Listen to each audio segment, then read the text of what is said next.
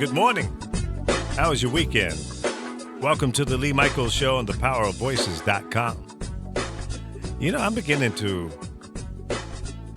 not like the weekend so much. You know why? Because I missed you. I did.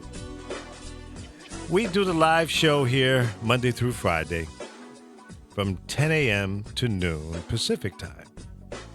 And on the weekend, I don't know what to do. You know what I'm doing. I'm coming right in this same studio on the weekend and doing stuff, getting ready for a new week. But thanks for listening. Appreciate you tuning in.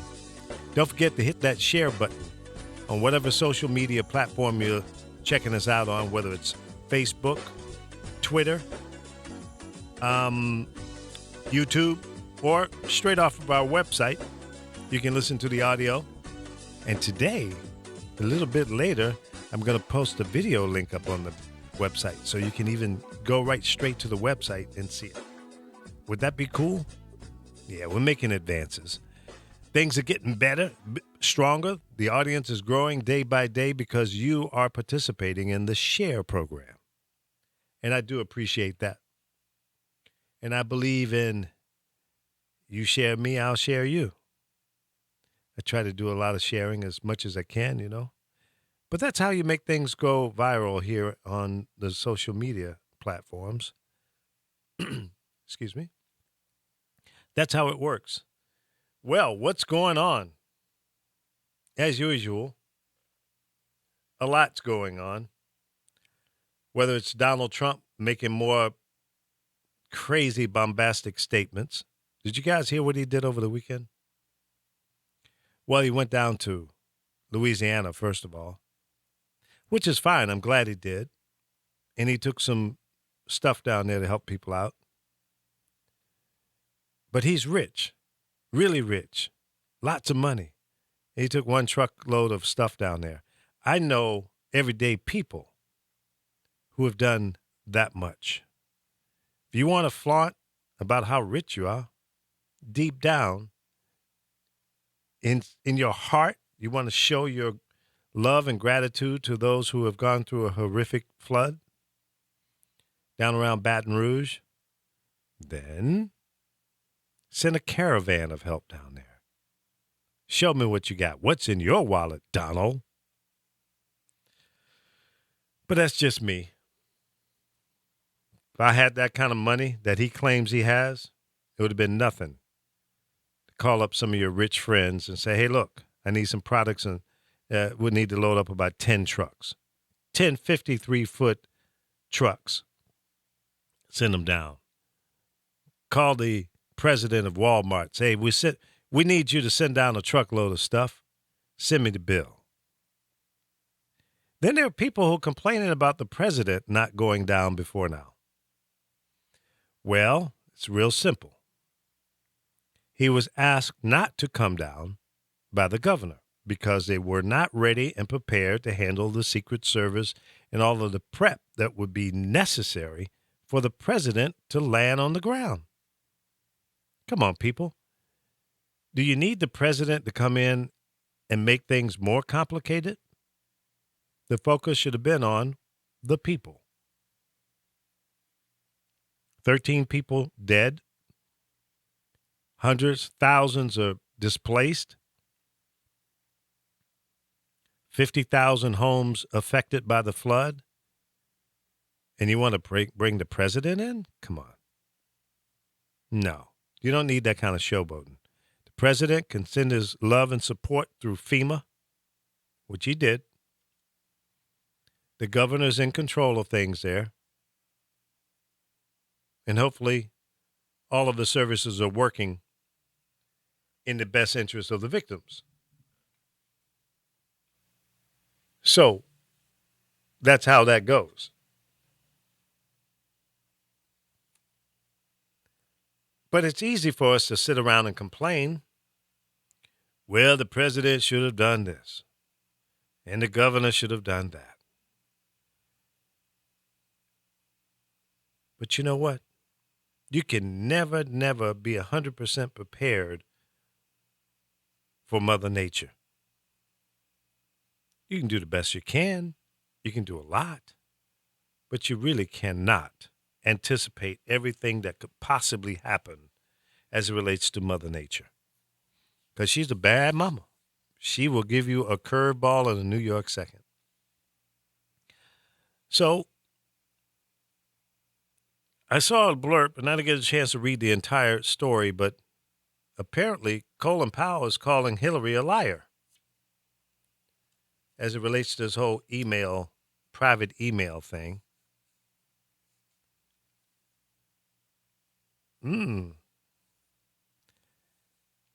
don't know. We'll see what happens out of that, but apparently she may have stated some things that he didn't necessarily say.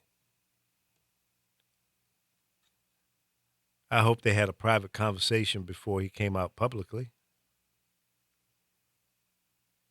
That's what I would have done. But that's just me. But if she didn't tell the truth about it, then she should be called on the carpet. No doubt. No doubt. I don't take up for that type of behavior. And it's no different than the 4 guys down in Rio that gave a false police report. A lie is a lie. And most politicians tell lies from time to time, whether it's intentionally or unknowingly, accidental, but they do lie. I wish they wouldn't. If people would just be totally transparent, open, and honest, and that's would be very helpful. Now, Donald Trump claims he is honest and open. He's telling it like it is. But I got to tell you, Donald Trump is a dangerous man. He really is. And I'm going to play some audio here that where he's made some statements over the weekend. And pretty alarming to me. Insulting. He's still, being a tough guy on immigration. And according to the polls, the majority of the Latinos, whether they're here legally or illegally, are not feeling him. Yeah, of course, there's always going to be 1 or 2 that come out and say, yeah, I support him. I came here legally and everybody else should. And they're right. That's the way it should be. But that's not the case. And because this policy hasn't been able to be enforced for decades, years and years and years and years, and now it's a big political football being kicked around. And as you know, if you ever played football, you kick a football, it's the way it's shaped. You can kick it straight, and when it hits the ground, it might bounce to the left, it might bounce to the right, it might bounce forward, it could bounce backwards, it could do anything. So when you're kicking that political football, it's going to go in a lot of different directions. And sometimes people just kick the ball down the road, not deal with it, look the other way, say, let the next clown deal with this. I don't want to deal with it. And that's what we do. Too often, that happens in America. And probably other countries as well. But I can't speak for them because I'm not there. And my heart and soul is here because I was made in America. Lee Michaels, made in America. And I'm proud of that. Now, as it relates to Donald and his weekend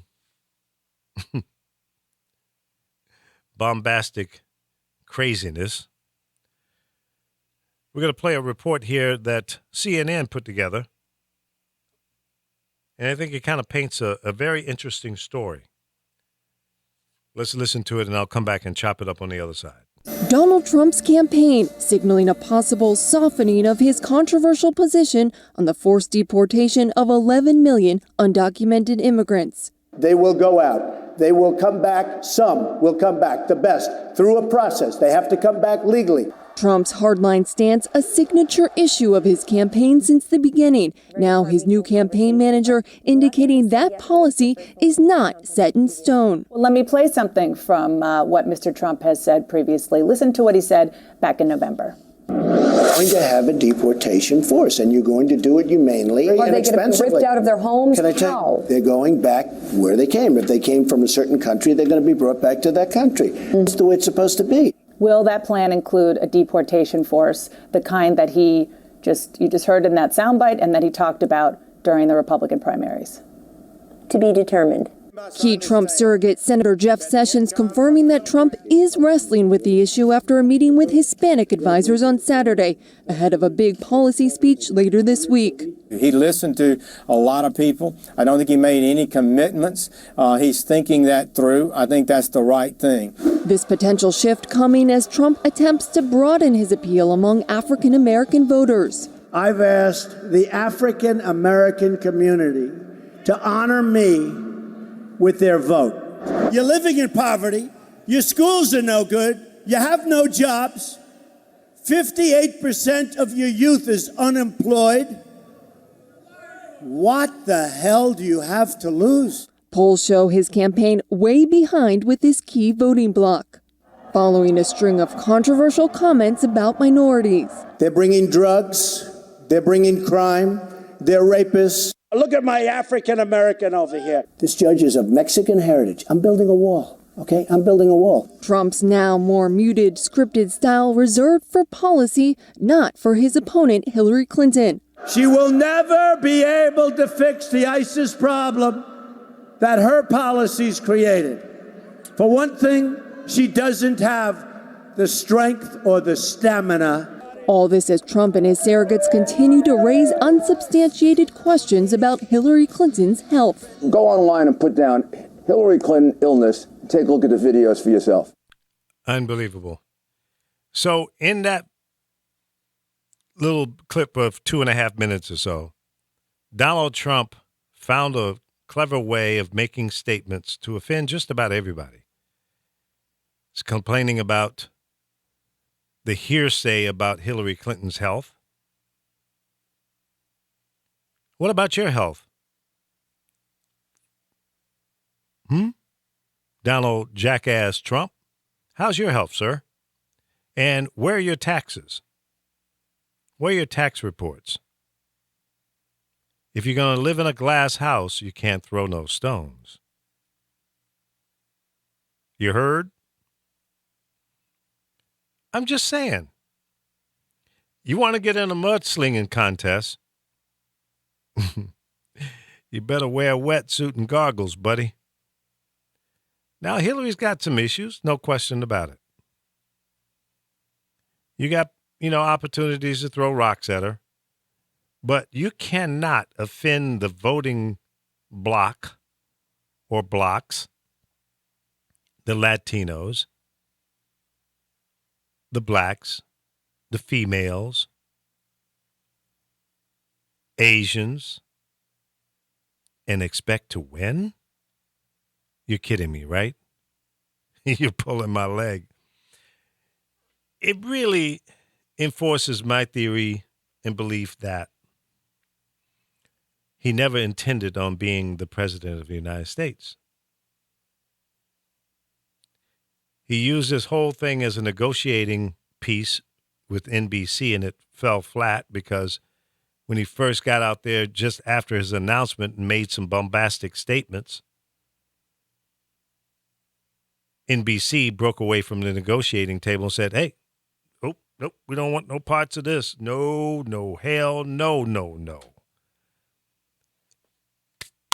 Finish business. Contract negotiations fell apart. So now he's standing there with his wee-wee in his hand saying, oh, damn, the art of negotiation didn't work. You were playing checkers and NBC was playing chess. They called your hand. They pulled out of the game. So now he's stuck. Then he jumps out there and starts running, just being a clown. And he started knocking off the Republicans left and right. Some of them were quitting early on, including Jeb. They were spending tons of money, and Donald Trump wasn't spending very much at all. He was self-funding his campaign. It was a big joke to him, folks. But now he's knocked off 16, 17 other people. He is the nominee for the Republican Laughable Party. The joke's on you, Republicans. The joke is on you. This is a clear sign of just how weak the Republican Party is. And they're so stupid and drunk stuck on stupid that they can't see it. They're so close to it. They're waddling in their own slop. And they don't even know they're on a sinking ship. You know, my heart says, I feel sorry for you because you're just like me. You're just another American. You're just confused. You've been hoodwinked. You've been taken advantage of. You've been led to believe something that isn't true. And you're going to put your faith and belief in a guy that has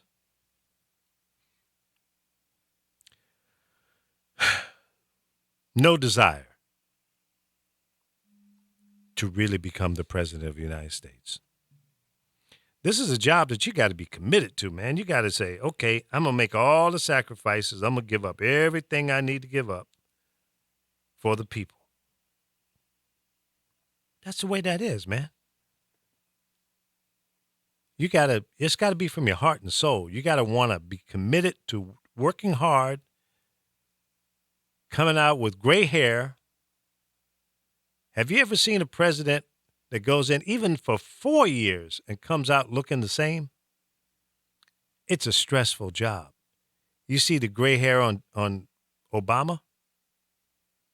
He had a sprinkling, just a little bit going in. Coming out, he's going to be damn near like me. You know, I've been having a real war going on my head for the last 30 years. The war between falling out and turning gray. I don't know who's winning. It's serious, but I don't care. You know, it is what it is, and nothing I can do to stop it. I'm not going to put no products in my hair to keep it a black or dark brown. I'm not going to put that. What was that stuff it's like 50 or 60 bucks. I did try it for about 2 or 3 months. I said, you know what? It takes too much effort to put the stuff in my hair every day, and it grows the hair back as like little baby hair. It wasn't, like your real hair. So I stopped using that. I said, the hell with it. It's in my genes. Nothing I can do about that. But here we have 2 candidates. One of them is going to become the president of the United States of America. My bet is we are going to see the first female president.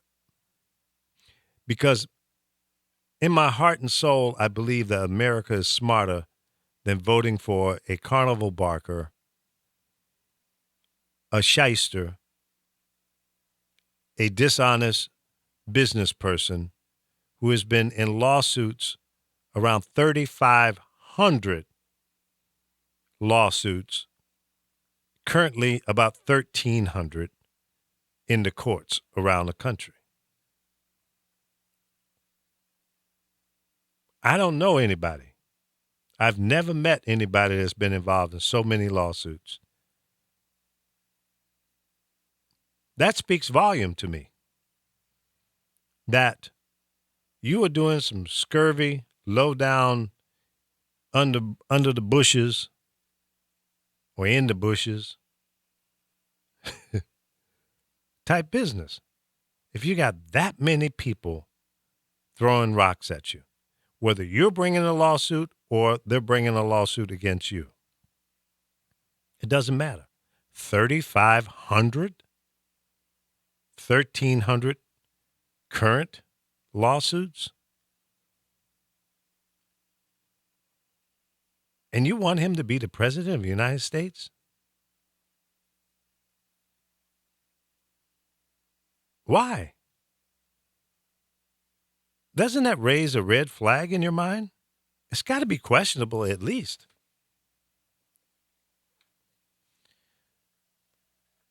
It's got to be.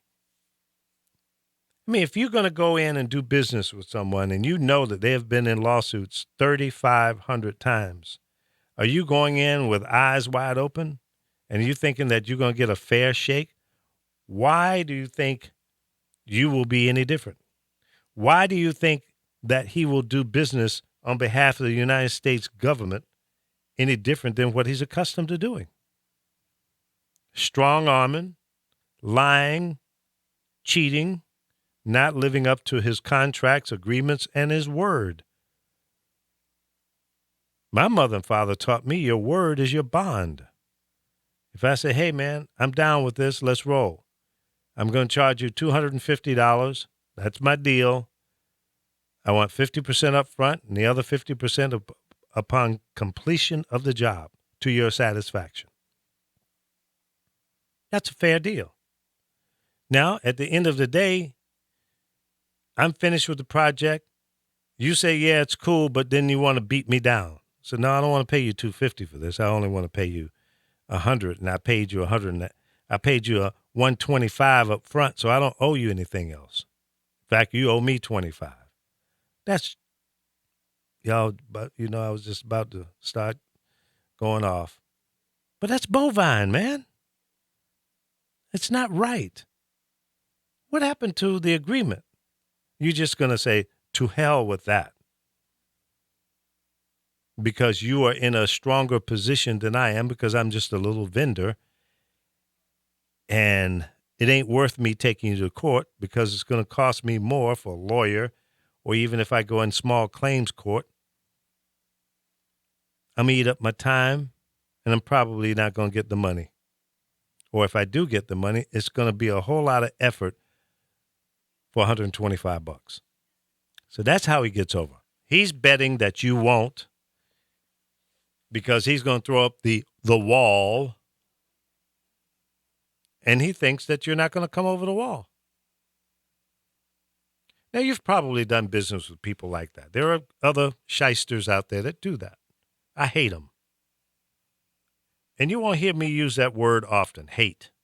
But I hate people that don't live up to their word. I don't like them. It's unnecessary. Shouldn't do people that way. If somebody did you that way, how would you feel about it? You wouldn't like it, would you? So it's a two-way street. That's the way you should be treated, and that's the way you should treat people.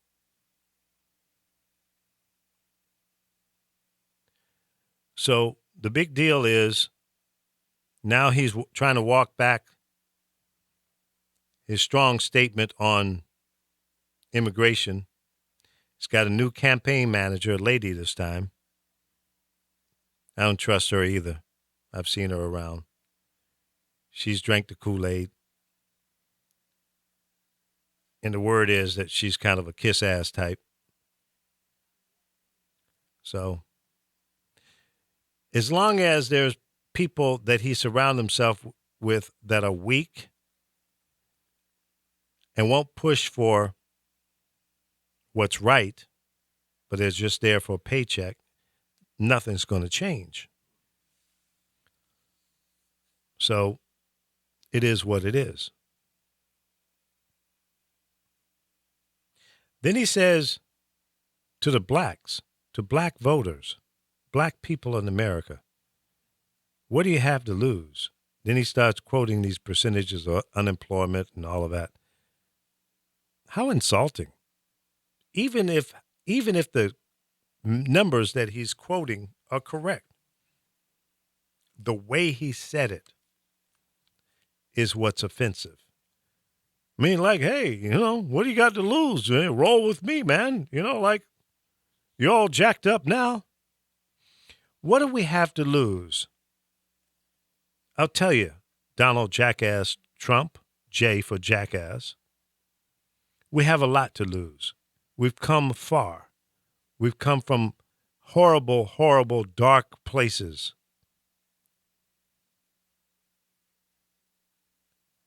That's what we have to lose.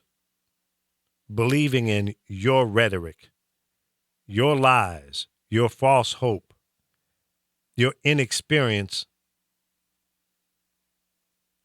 and the way you treat people in business. Now you want to put my livelihood, my trust in you? No. No. No. That ain't going to work. That dog won't hunt, Jay. That dog won't hunt with me. No. Why should I believe in someone who's so scurvy? Dirty businessman.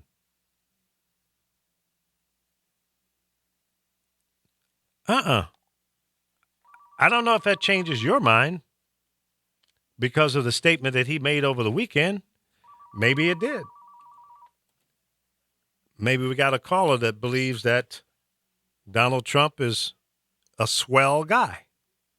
He's just, the kind of guy that you love. Thanks for calling the Lee Michaels Show. Who do we have? Oh, You sound a little upset today. just a tad. But I'm not going to let Donald Jackass Trump drive my blood pressure up. I ain't going to do it. Right. I'm just sitting here telling the truth. I'm just saying what he said. Yeah, right. You're just repeating after him. That's right. How you doing, Barry? I'm good, man. How are you? I'm great. It's Monday. I'm alive. Yeah. Happy to be here, having fun on the radio, trying to tell the people how it really is. And the Olympics are over, and nobody caught the Zika virus or whatever it's called. Well, we don't know yet. We don't know. If they did, they're going to bring it back here. Right. That is the scare. That's the problem. And I think that's why a lot of people didn't go to the Olympics. Right. They had 400,000 empty seats there most of the time. I was listening to a financial advisor yesterday, and he was saying America has had, crises on a regular basis for 200 years. Well, that's true. Yeah. AIDS, polio. You remember polio? Wait. What's the mad cow disease? Oh, yeah. There's always going to be a new one. Absolutely. And you just have to stay focused and keep doing what you need to do.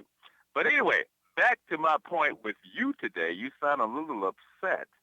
And so I just called to calm you down a little bit, because I know what you're going to do next. You're going to go home to the safe and call it a revolution. No, I'm not that upset. All right. All right, go get you some lunch when you get off here. Yeah. Yeah. That's what I'm going to do. You're right. Yeah.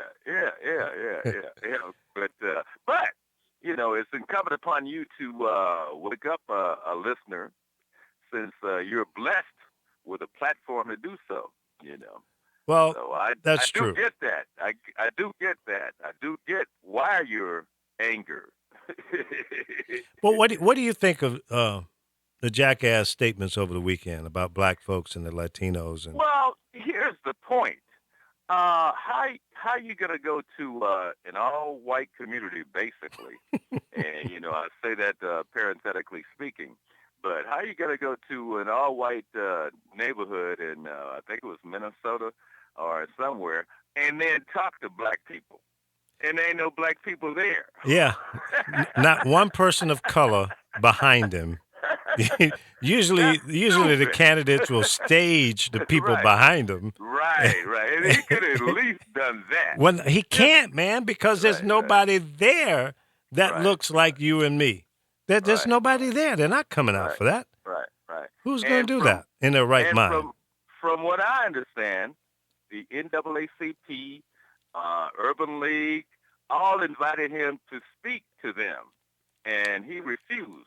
Really? But yet you can go to basically a majority white neighborhood, and don't get me wrong, there's nothing racist about me, but I'm just saying, can you go to basically an all-white neighborhood and speak to black people? Well, it's real simple. It's called That's silly. comfort zone.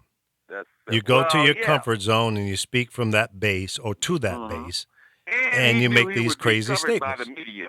Yeah, He knew he would be covered by the media, so the black people would hear that. right. But they didn't hear it in person. No. That's what I just don't get. I just don't. Well, get that's called being a coward. You know, Yeah, you go to your point of Yeah. comfort, your comfort zone. You make these crazy statements, and you can go home and have lunch. it. He knew that shit wasn't going to happen. Excuse my language. If he talked to a whole room full of black people. No, that 'Cause would. you're gonna have some old ones there, and Yeah, some middle-aged, and some young ones. yeah, And that you would have been a don't know mess. what might happen.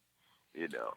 Well, The see, but Secret he's Service may have suggested that he not do that at a black organization. But I don't understand if it's true that the Urban League and all of the black organizations, nationwide black organizations, invited him to speak to them, and he refused. Now I don't know if that's true or not, but that's what I understand. Well, I've been saying Yeah. from day one, Barry, that he's not going to get a significant number of minorities voting for him. The latest poll is showing Hillary was around 90 or 91%, and he was at 1% among black voters. So Yeah, he's that's doing ridiculous. worse than most of Right. the presidents or candidates, at least, in the last 30, 40 years. Right. So Man. you cannot expect to win insulting everybody. Right.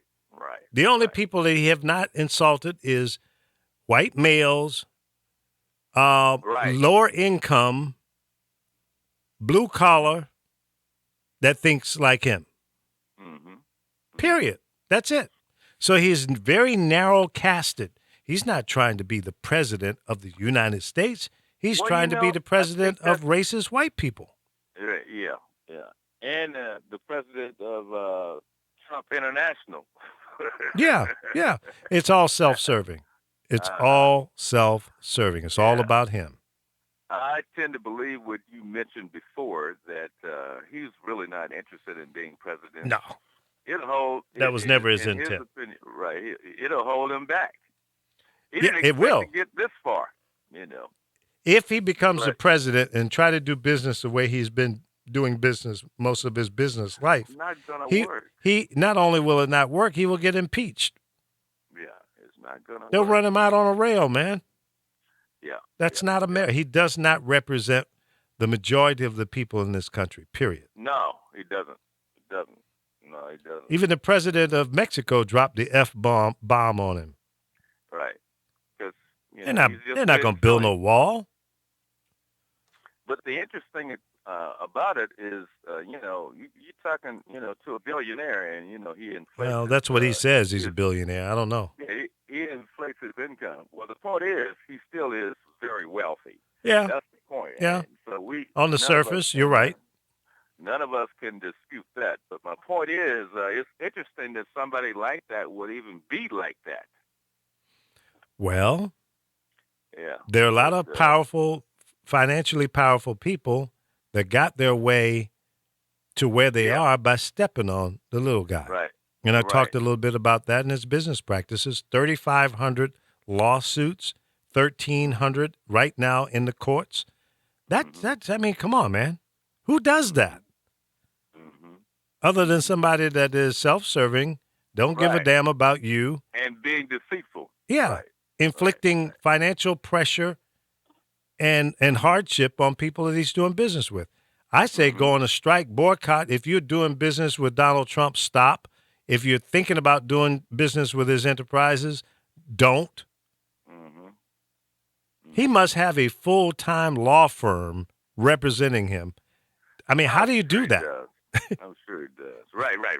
Come on. Who can do that? Who can do that? Yeah, you got to have a whole staff, Right. a multitude of lawyers running around pushing paper, running back and forth to court on civil cases like that. You can't just have one lawyer on staff to handle that. That's nuts. And that's unnecessary unless you're doing something wrong. Exactly. Or borderline. Exactly. Exactly.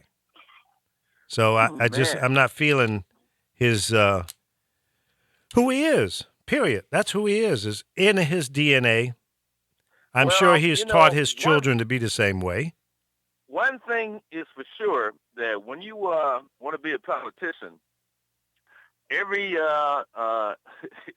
you got in the closet is coming out. Everything. So I'm surprised that we haven't heard more scandals popping out on him. Right. Well, it's not over. Well, that's true. That's true. We got another 70, 80 days. Yeah. Right around 80 so days or so. It ain't over with yet, but and it's not a good thing to be messing with the Clintons because they know how to play politics. That's the hard ballers. Yeah. Well, they don't give a shit. They're gonna win. You talking about winning? Well, what you think they feel? Yeah. I mean, So, I'm not going to sit here and say that they're not capable of being defeated because Obama beat them. Yeah. But Well, if they it get was Obama's time. Yeah, well, I mean, if they get a butt whipping by Donald Trump, then the Clintons need to pack it in and fade to black and never be seen again. I'm sure they will. The cameras, turn the cameras off, turn off the microphones. Right. I mean, if I was the rest of your life, yeah, and get on. If I was Hillary Clinton and I get beat up by Donald Trump, I'd lose on my second bid for the presidency. I will fade to black and never be seen again. Cut the cameras off, go home and play with the grandbaby and be done with it. Cut. And be done. Done. But I don't think that's going to happen. This is her. We shouldn't take it lightly. No. I agree. If she does everything right moving forward, this is her election to lose. She will have to beat herself the way Donald Trump is doing it. Right. Because he's not doing it purposely. I think so. He ain't trying to get any better. Now listen. His campaign manager and everything, man. That's just a game. Man. Exactly, Barry. Now you're a broadcast guy. You understand how this business works. Yeah. Now Roger Ailes, who's the former head of Fox News Network, he got fired on some scandal, being accused of, sexually harassing employees. And it's true. Of course it is. Well, wait. That's why he said, no, I'm not going anywhere. Then 1 week later, he said, I'm going somewhere. See, he moonwalked out of the front door. Yeah. With $40 million. Exactly. Now, he's an advisor, a media advisor to the Trump campaign. They are friends. They're two peas in a pod. They were talking prior to the election about doing some kind of a media deal together. Now, my belief is that they're probably going to start another cable network of some kind, whether it's going to be news, talk, or some type of entertainment network. But trust me when I tell you, Roger Ailes and Donald Trump, if Donald loses the bid for the presidency, the two of those shenanigan people. And will be they in both bed got it together. out for Fox. So Yeah, and exactly. If they do start another network, it would probably be against Fox. I would think so, because that's the world that they live in. That's their comfort zone. See, people do things that they're comfortable with. You have been in the radio business because you're comfortable in it, and the same thing with me.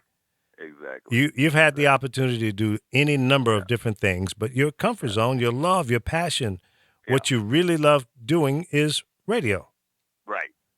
So That's that's why you stick with it. I lost 2 marriages because of radio. Only 2?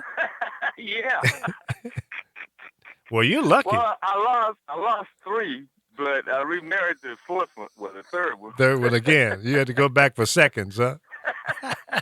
I didn't have to, but I was older and, trying to do the right thing. Uh-huh. No, didn't nobody want your old ass by then. Right. and she felt sorry for you. She said, okay, come on back. I'll let you hang out for a while. Yeah. So, you know the story. Oh, I do. You know the story. Mm-hmm. I got so many exes, I can't even remember them all. I know you do. Shit, I think it's been about 6 or 7 of them. I know, maybe more. Yeah. Maybe more. Who's counting? You're very well versed. Yeah. I've been shot through the grease. Yeah. So people better listen. Yeah, right. You better listen. Yeah. But I don't know, man. I just, this is the weirdest. I thought the last 2 elections were the weirdest in my lifetime, but this one has taken the cake. I thought the Obama campaign, the runs both in 08 and 12, were real different, and they were. Mm-hmm. Don't get me wrong. Yeah, they were. But this is a whole different game. Not like this one. Nope. Not like this one. Nope, not at all. I think that people have just lost their damn minds completely now. Well, people are busy, man. People, want to be successful. And, in my opinion, a lot of politicians forget about the middle class. And if there weren't, if it wasn't for the middle class, there would be no class. Because that's the majority of this country. Exactly. But you know what? I'll tell you. Look, I'm sitting in Walmart parking lot. It's damn near full, and it ain't even noon yet. These are middle class people, right? That have a few dollars, but they run the country. Then you go inside, and you got middle class workers working.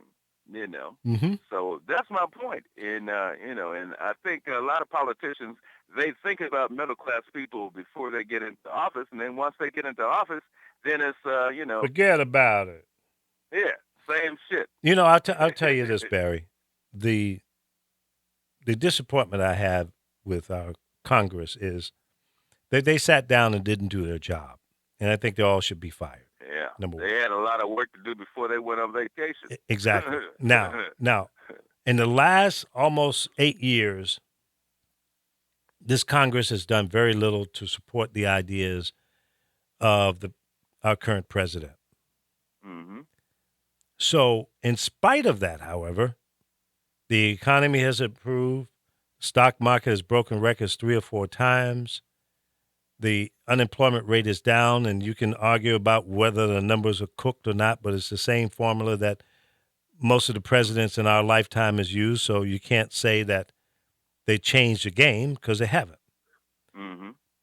But in spite of all of the doing nothing that Congress has done, we're in a better place, a new space than we were 8 years ago. The stock market is breaking records. Exactly. So there's a lot of money being made and spent. Mm-hmm. Nobody's talking about that. Exactly. Very few times. Exactly. Now, just think if Congress had worked with the president and implemented many of the ideas that they didn't push through, just think what that would have done. And you know why people love Reagan? because he worked with both sides of the aisle. Yeah, he did to a certain degree. Until He did. Yeah. He did. Yeah. You know. We have another caller joining us. Welcome to the Lee Michaels Show. Well, they drop. Okay. It's probably one of those telemarketing folks. I would hope that they would stay on the line so I can put them on air. We can drill them.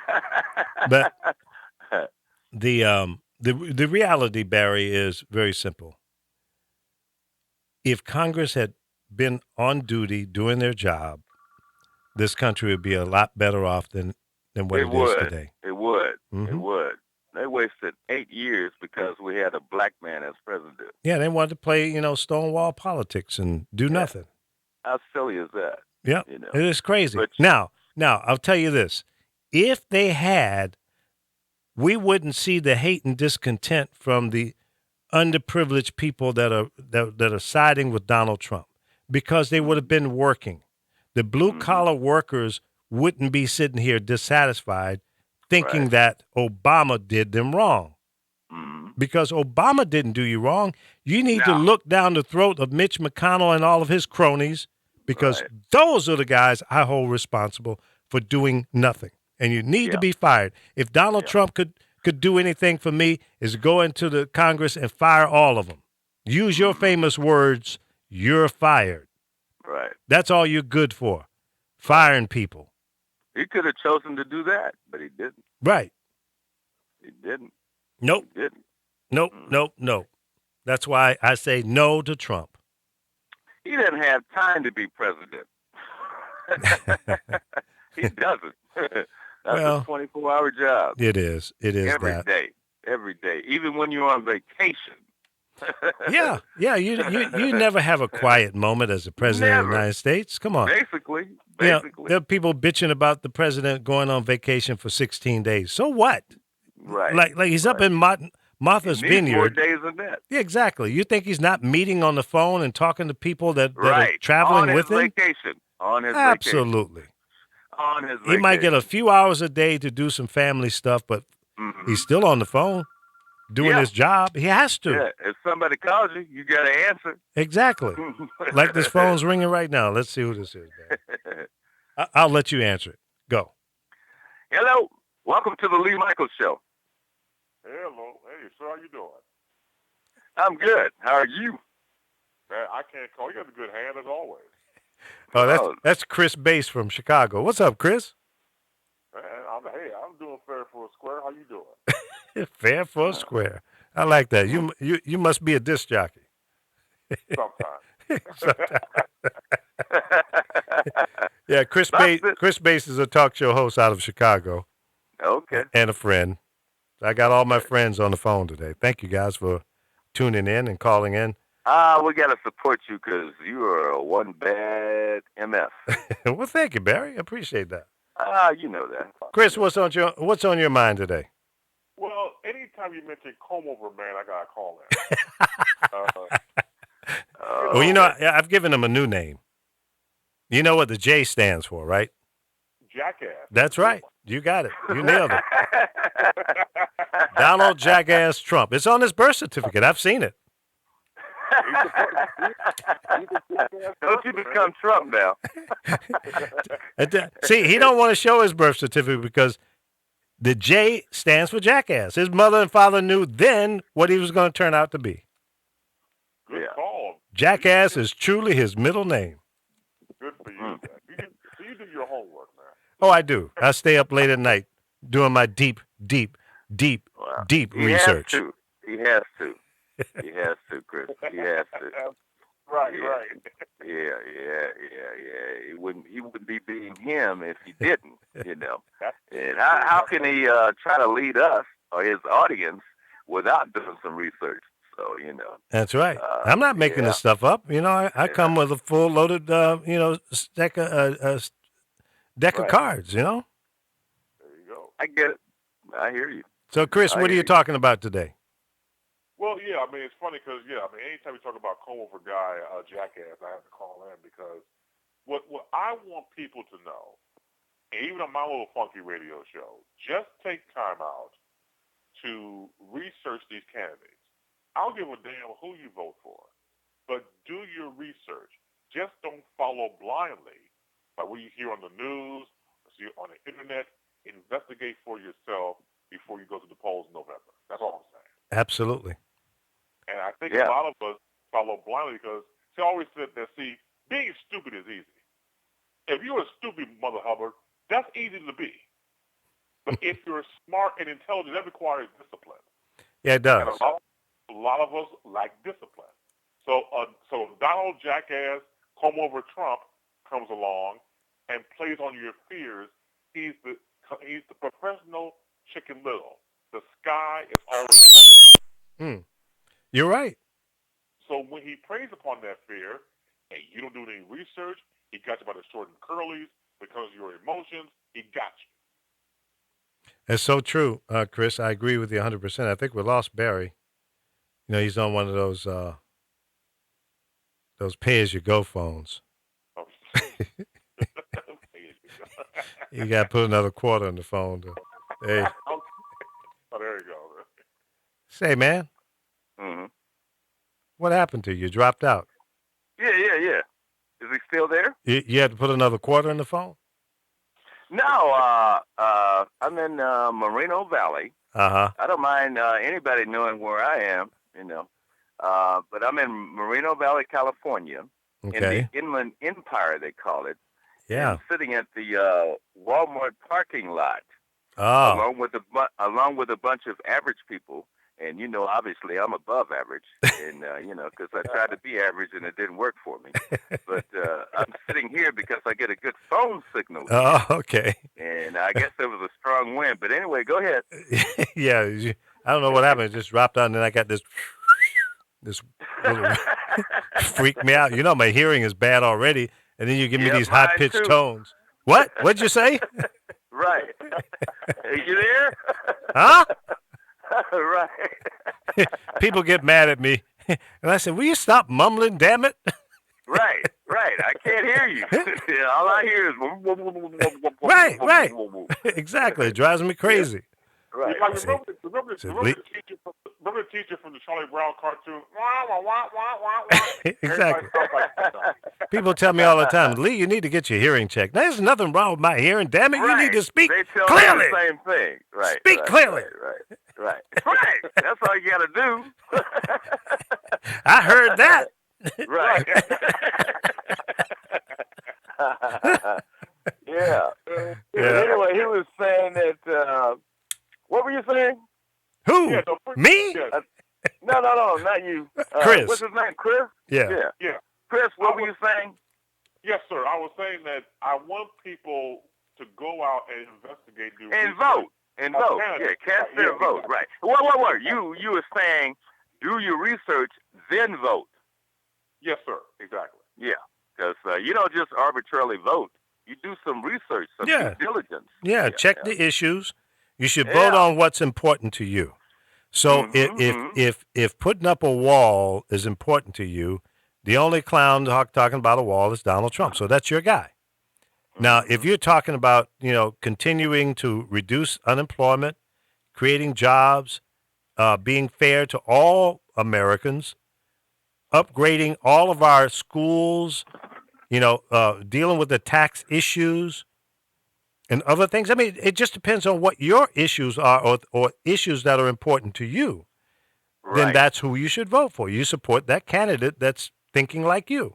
Yeah, and the primary reason you should do that is because you got to take care of yourself and your family. Right. And that's no, it's not like you're disregarding the rest of the people in America, but you're taking care of your family, yourself and your family. Mm-hmm. And when you do that, I don't want to get too religious or what have you, but good begets good and bad begets bad. I can't help you if I don't help myself. Well, that's true. My point is that's the same thing about voting for our politicians. And, Exactly. and people just, they're so busy going to work 9 to 5, Monday through Friday. They get drunk on Friday, get high on Saturday, go to church Sunday, and then start it all over Monday. Right. It's a routine. It's a crappy life that you just keep doing over and over and over. a lot of people go through their lives putting it on automatic pilot. Not good. Not good. Not That is good. true. Because you might encounter some turbulence, and then there you are. What you gonna do? Leave it on automatic pilot? I don't think so. Now, Chris, I'm sure you heard the statements that Donald Trump made on the campaign trail over the weekend, and trying to invite black people to support him. How did that register with you? Well, as you know, he's trying to cover the gamut. He reached back and got Omarosa, and she's in charge of get all the Negroes in charge of for doing stuff for Trump. And it's just a joke. It's a joke, and it's not really a funny one. Ray Charles, in the state he's in right now, can see what the hell was going on around here. Right. And the thing about it is that we just need to realize this man is his own sideshow. I've been saying it from day one. Yes, it's all about him. Right. Well, I'll tell you something, not to interrupt you, Chris, but at first, I'm like, this might not be a bad idea, because he was talking with sense, when he first began the campaign. He wasn't offending anybody or whatever. He was just saying, these politicians all of them are liars. Well, and I'm well, Barry, you must you must be talking about maybe 30 seconds after he made his announcement, maybe in that first 30 seconds. But after that, he lost his damn mind. He went nuts. Right. He went out on the campaign trail and blew his NBC contract negotiation process because he was out there so bombastic, so crazy, offending everybody. NBC moonwalked away from him better than Michael Jackson. Well, I don't know how you can moonwalk better than Michael Jackson. Well, they did it. They left him in the middle of the stage, butt naked. Wait a minute. I take that back. I was watching Sundance Channel this past weekend for a minute, and they have Westerns this past weekend. Mm-hmm. And I saw a horse moonwalk. I said, how did they make that horse moonwalk? Not to get out the subject, but because we're talking about some very important issues. No, that's all good. We have to break it up. I just thought I'd share that. Yeah, a friend of mine sent me a text message. I'm trying to pull it up here now.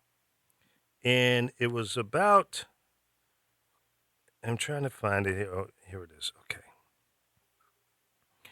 The Olympic superstar, what's her name? Not Bowles. Biles. Her real mom is suffering from drug abuse, okay?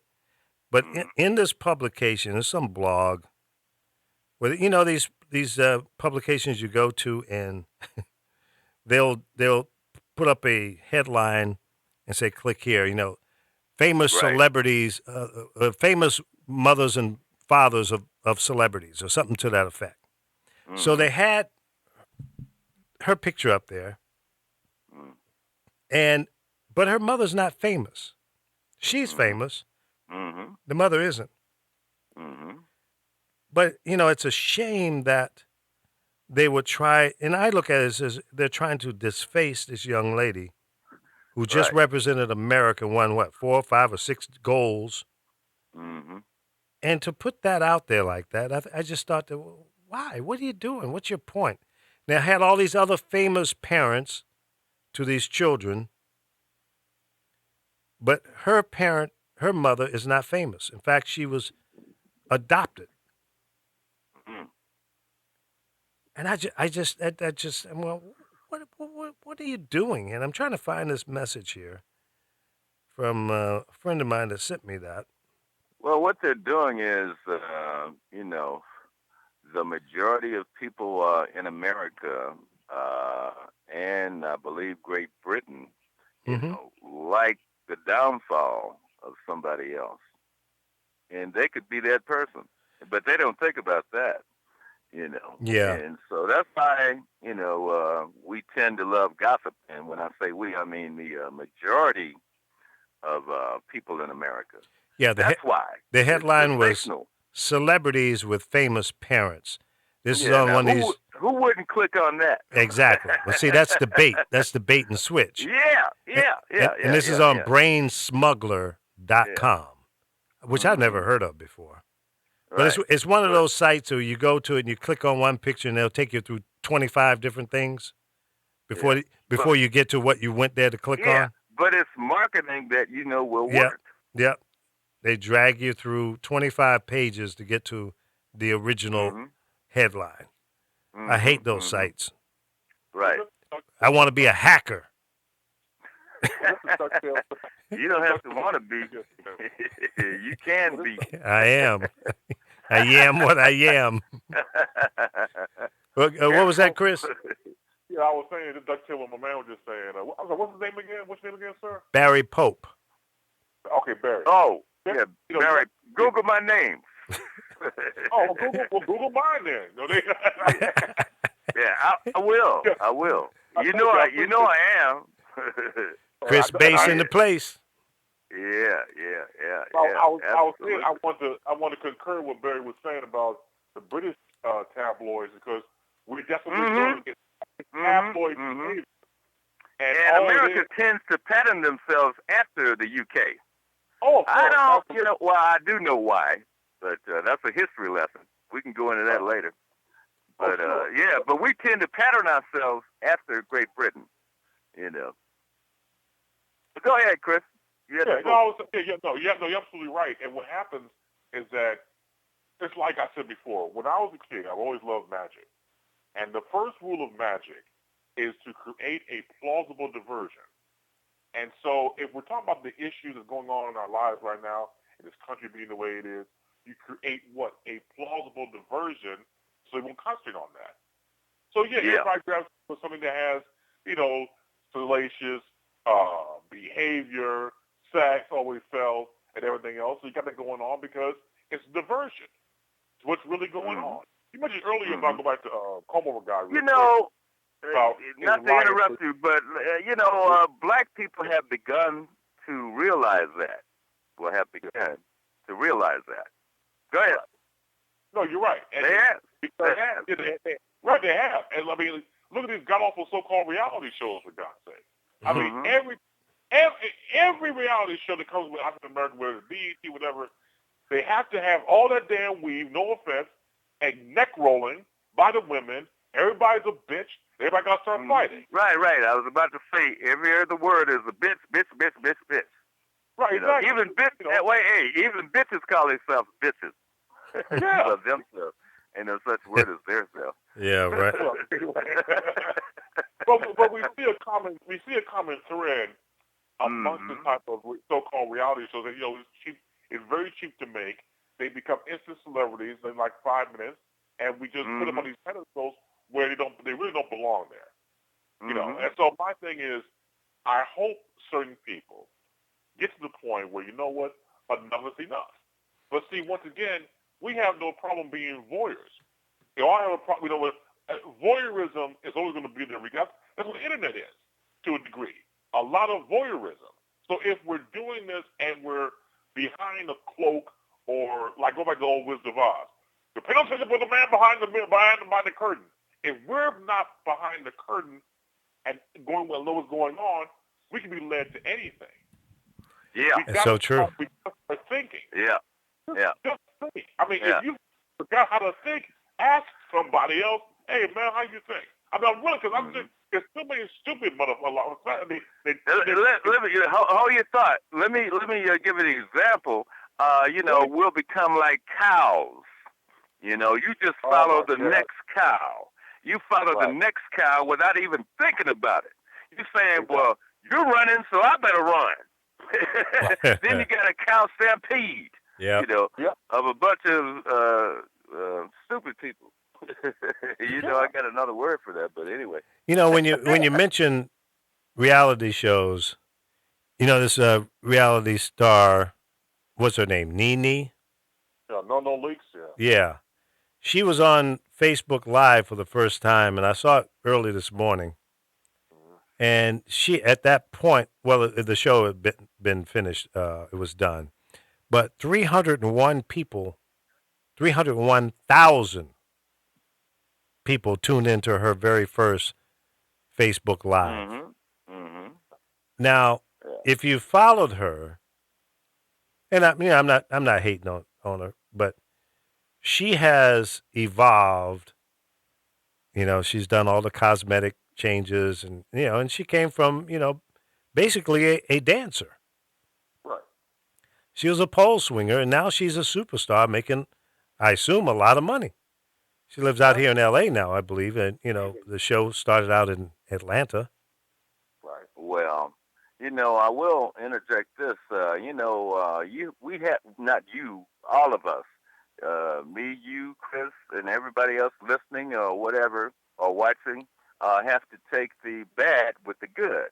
Now, social media is good, but there are also some bad things about it. Same thing with the whole internet, because I have a few websites, and and sometimes I get somebody that accuses me of doing something that I didn't do, and I'm like, well, there's nothing I can do about that. Well, I mean, because it's not worth my time.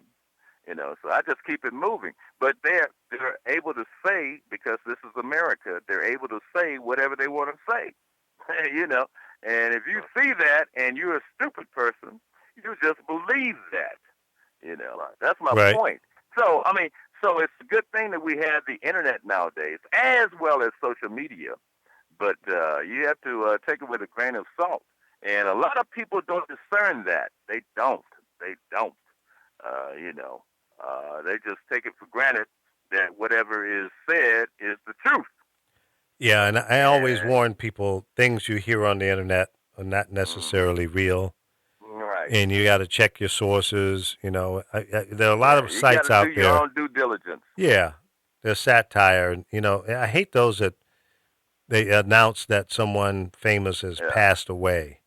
Yeah. Then those rumors start spreading around. That's crazy. There are more good things about the internet than bad things.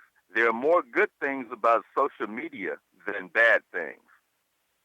That's all. Yeah, that's true. Point. It can be. You're right. Yeah, absolutely. Yeah. There are more good things about it, because I can Google how to get to AutoZone. That's a good thing. That's a good thing. That's funny that you mentioned that, because I did that this weekend to that very place. You hear me? I'm telling the truth. That's funny. It'll set you free. You must have been in the room with me. George Clinton told me that. The P-Funkster. Years ago. Yeah, man. So, that's all I'm saying. So you have to pay attention, basically, Because if you don't, then you'd be wondering what happened. And what happened was you weren't paying attention. Yeah, that's true. Yeah. So are you just there in the parking lot using their Wi-Fi, or are you going in to do some shopping? Well, I went in and did some shopping about an hour ago, and then I started to use their Wi-Fi. Oh, okay. Yeah. Mm-hmm. That's a good thing. Don't you love free Wi-Fi? Yeah, I do. You have to be safe, so I don't go to my bank accounts or on free Wi-Fi. Right. I take it to the home and use the home network. But yeah, I do. Because sometimes I do my work at Starbucks. Yeah, I've done that. It's convenient, and it gets you out of the ho-hum office environment or home. You can get out, right? Do a little people watching, and have a overexpensive, strong ass cup of coffee. Yeah, I don't like Starbucks. You like Starbucks? Who? You? Me? Yeah. Well, I like some of their coffees, the cold one, and then the kind of ice cream one. Right. But they are overly priced. Yeah, a little expensive. But I understand business, because I could own a Starbucks like Magic Johnson or somebody, So I'm not mad at them, you hear me? Right.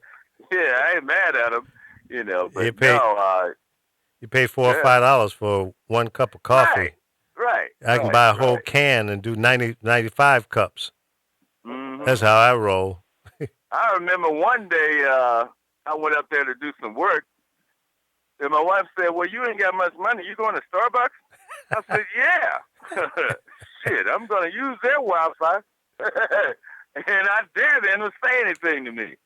Right. Yeah, that's true. Yeah, it's kind of nice to go to somewhere like that, and you can do a little Wi-Fi and get a little work done, catch up on things. It's convenient. But what I do, you got me talking technical now. I love talking technical you stuff. are a technical geek. So Well, I understand that's that. true. I just had to qualify that for you. Now, see, I use Verizon for my cell phone and data and all of that for both my phone and my iPad. Now I usually turn off a lot of the applications from using the cell data because I only have a 6 gig monthly plan. So, I'm trying to keep my cell phone costs down. And I here at the station. Which is a good idea. Yeah. No system application running if you're not using it. Exactly. That and, a lot of updates that happen in the background. You go, damn, I didn't mean for that to happen. So I turn off a lot of those things and only turn it on or have it active when I'm on Wi-Fi. So that's just a little tip for some of the listeners out there. Turn those things off for your cell usage and have it so that it only works like downloading apps. What do you need to do that while you're driving for anyway? You don't need that. Or if you're away from home or your office or something like that, don't download apps because many of them are, 50, 60, 70, 80 megabytes, and it'll eventually eat up your plan. Unless you're on an unlimited plan, then you don't have to worry about it. If you're rolling like that.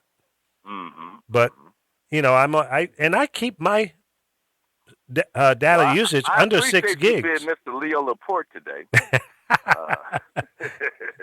I keep it under 6 gigs every month. I don't go over. Yeah. There's no reason. If there is a reason, then you can. Well, yeah. That option, it's there. It would be kind of nice. I think that Verizon just announced that they're going to do some rollover now. Have you guys heard that? Well, I thought I got time. I think I have heard of that. Yeah, because if I don't use my 3 gigs, I only use 3 gigs in a month, let me have that next month as well. Now I got 9. You know what I mean? Well, that makes sense to me. Yeah. How about you, Chris? Makes a lot of sense. Well, what do you have? I got AT&T, and the only reason why I stayed with them was because I was going to leave them. And they're like, no. We're getting out. Well, first of all, knock off some of this bill for me. It's horrendous. So they knocked off like 40%, and they want to keep me on. I've been there for like 5 years, and every time I have a problem, I have one person that gave me a name, one person to go to, and ever since then I have no problem with them. Well, that's cool. Customers. Yeah, I was on Sprint for probably since the first cell phone, maybe 10 years or better. Yeah, me too. And, I had that $99 unlimited everything. And when I was living in Florida, I was in Fort Lauderdale, and I wanted to get a new phone, and I wanted to make sure that it had 4G. This was before 4G was widespread, and there were pockets in Fort Lauderdale and South Florida where Sprint didn't have the 4G yet. Right. Now, where I lived, I could see the tower. It wasn't even 100 yards away from where I lived. No shit. And I had no 4G. I would call them. They said, well, yeah, we're working on it. We're spreading our 4G coverage all over the country and blah, blah. I said, well, do you know when you're going to have it in my area based on my zip code? And they said, no, we have no idea, but we're working on it. Now, I saw the guys up there on the tower. They were up there for 2 weeks, every day. And I went over there one day. I said, hey, are you guys working on Sprint's new 4G? And they said, we're working on all of them, not just Sprint, but, other carriers as well. I said, do you know when it's going to be finished? I said, no, we're not sure. It just depends on if we run into any issues or not. So I'm getting frustrated. I don't like to wait, especially when I'm spending money. And I wanted these new 4G phones and Samsung and blah, blah, blah, blah, blah. So I went down the street to Verizon. And I said, Mr. Verizon, do you have 4G in this area? They said, oh, yeah, we're 4G everywhere. So I switched. and my bill went up almost double, but I went with it because I wanted the fast speed. Right. And I wanted the coverage wherever I travel. So this was around 2013, if I remember correctly. You know, guys, the very next day after I signed that 2-year contract, Sprint lit up that tower with 4G. Figures. One damn day. Too little, too late. Man. But you know what? The coverage has been good, except for when I moved here to California, in the area that I'm in most of the time here in the office and where I live. It's horrible coverage. It's like a 2-block hole, a 2 or 3 block. You mean now? Yeah. My coverage, Wow. if I don't have Wi-Fi turned on my phone right now, I would lose every call. Wow. But Okay. yeah, and there's a AT&T data center right here in the same building. And I'm wondering if that's why I'm sweating from the radiation. Am I glowing? Do you see it? No. Oh, okay. No, you're paranoid. Oh, okay. Okay. You're No, probably not right. glowing. You're paranoid now. Yeah, you're probably right, Barry. You're a brilliant guy. You're probably right. You know, that reminds me of singing from Al Pacino's Scarface when he said, "Hey, you're paranoid." You're paranoid. What's the matter, you man? You're fucking Chris, paranoid. I should have said. That's what I should have said. I'm sorry. Yeah, like somebody said, "What you say? I call it you're paranoid." You're paranoid. You sound just like him. Yeah, you got that one down. Yeah, he got that down. Oh yeah, man. Wait, look. So I got Metro PCS. Now, before I had Metro PCS, I was like you, Lee. I had Sprint for almost 10 years. Mm-hmm. But anyway, I had a girlfriend that kept telling me, Barry, you need to check out Metro PCS. I'm like, I don't need that lightweight ass shit. You deal with them. And she told me that for about 2 years. And then finally, I said, okay, because I had a plan where they gave me 5,000 minutes per month. And it was like about $129 a month. And, you know, I'd pay that before I went to get groceries, you know, because I need to be connected, you know. Well, but anyway, go ahead. Do you sleep with your phone? Shit, no. My phone works for me. I don't work for it. Nah. What about you, I Chris? set it down. Is your phone in the bed with you or next to the bed? No, I just stop it. That's freaky behavior. I put it to the side there, right? Well, I must be the only freak on the show here because my phone is in the bed with me and my iPad. Well, you know, mine might be in the bed with me, but I was just afraid of cracking the screen. So I'm like, you might roll over on it, huh? Right, and not know it. So no, that's the probably the only reason I don't sleep with mine. But anyway, to make a long story short, so I ended up getting Metro PCS, you know, and they have a great plan. I have obviously the ultimate plan and shit. You know, I call Japan on a regular basis, and never mind why I call Japan. I was about to ask that question. Of course. I just said never mind, so don't worry about that. And, I wouldn't be a good talk show host if I didn't ask that question. Well, you're right. Inquiry minds want to know. You're fine. Yeah. So, but my point is, I mean, you know, so I pay like about $69 a month, and I got everything I need, including a hotspot. Like when I'm driving up, going back to the San Francisco Bay Area from here in Southern California, they call it SoCal.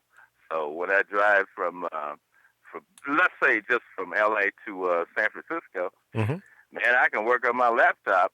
You know, my wife is driving, whatever, right? And just plug it in because I got a hotspot. That's cool. And it works fine, you know, and you know, because I used to dog out Metro PCS, but now they're riding on the T-Mobile network. Network, okay. Yeah. Now So I'm looking at a text here, guys, from Donald Trump, and he says, "Someday, when things calm down, I'll tell the real story of Joe," meaning Joe on the Morning Joe show, and his insecure longtime girlfriend, Monica.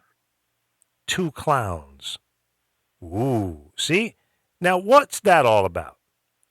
So he's insinuating that Joe Scarborough and Monica are in a relationship. Girlfriend is Mika? Yeah. That's what he's implying here. That's fucked up. Well, excuse my language. Well, it is. I forgot we on the air. That is. It is what it is. Wait a minute. She's married. Hello? And so is he, isn't she? Isn't he? Yeah, he's married.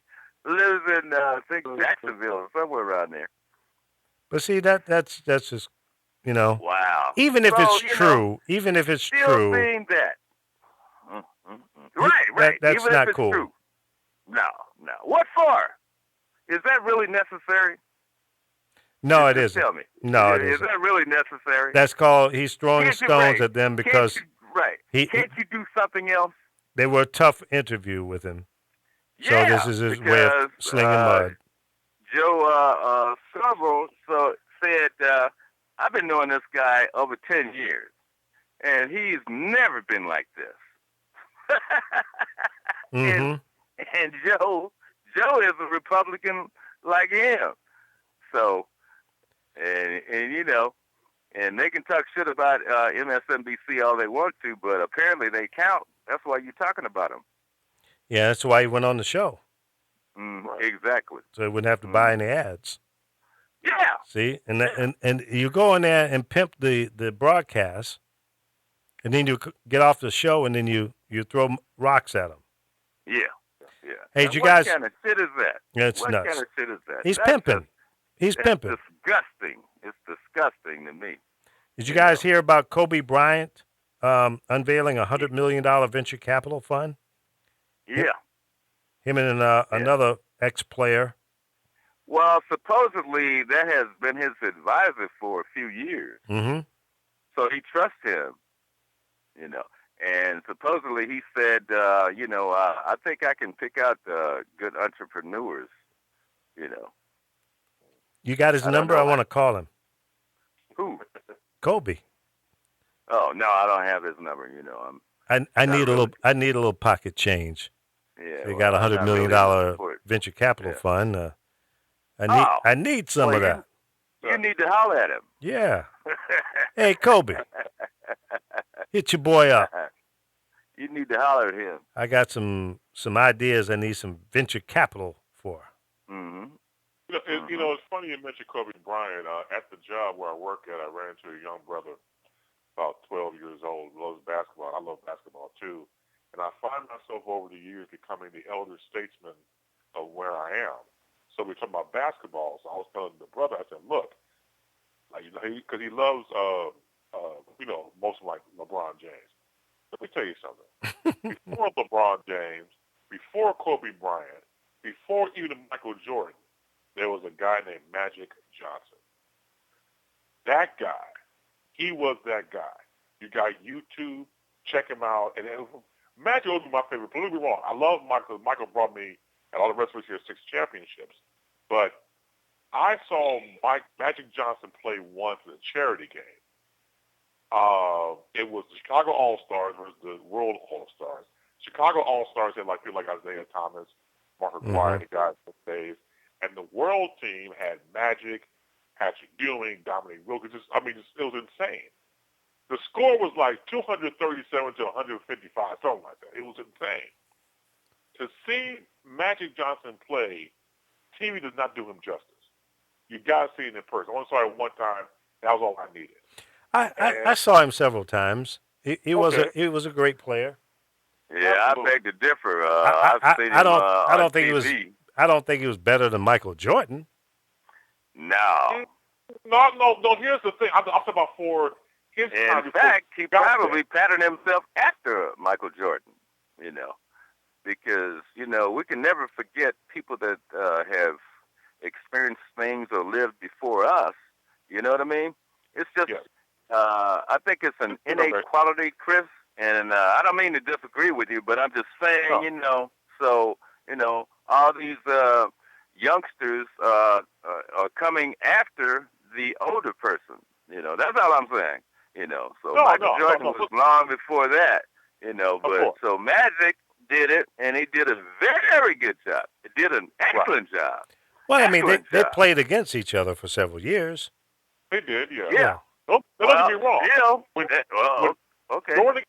When Jordan got to Chicago, it was all bets off.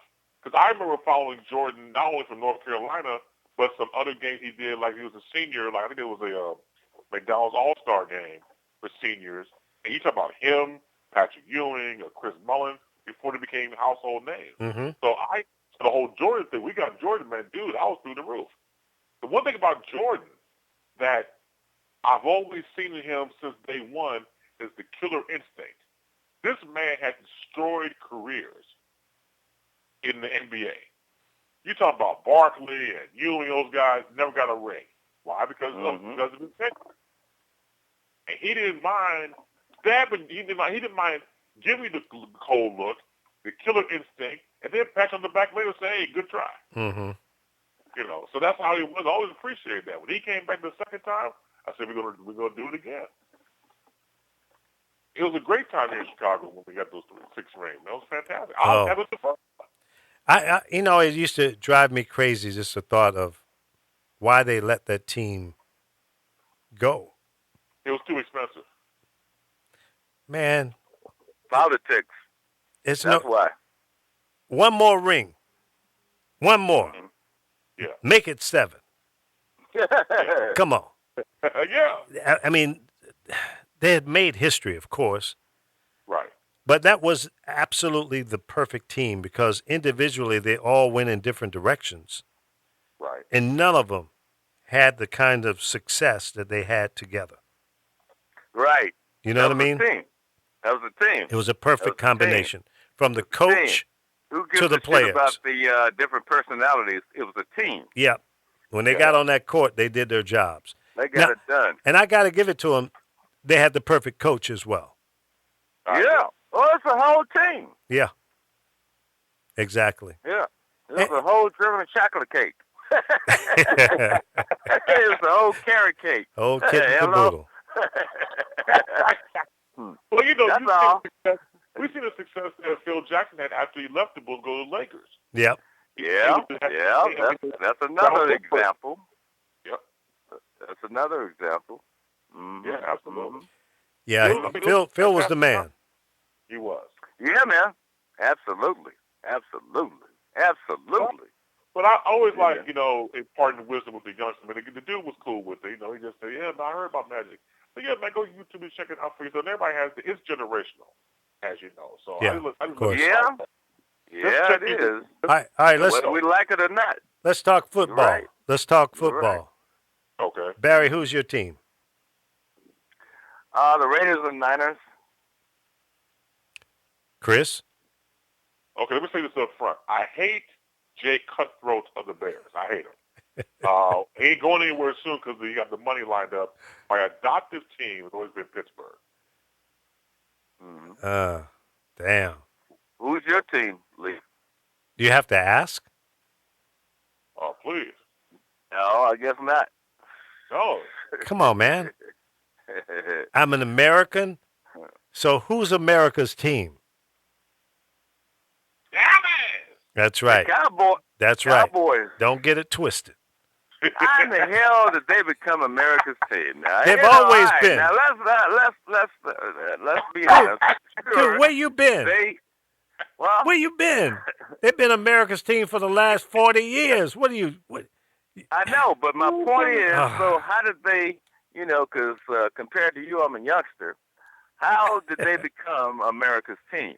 Because they're the most successful franchise of all time. Even when they lose, they win.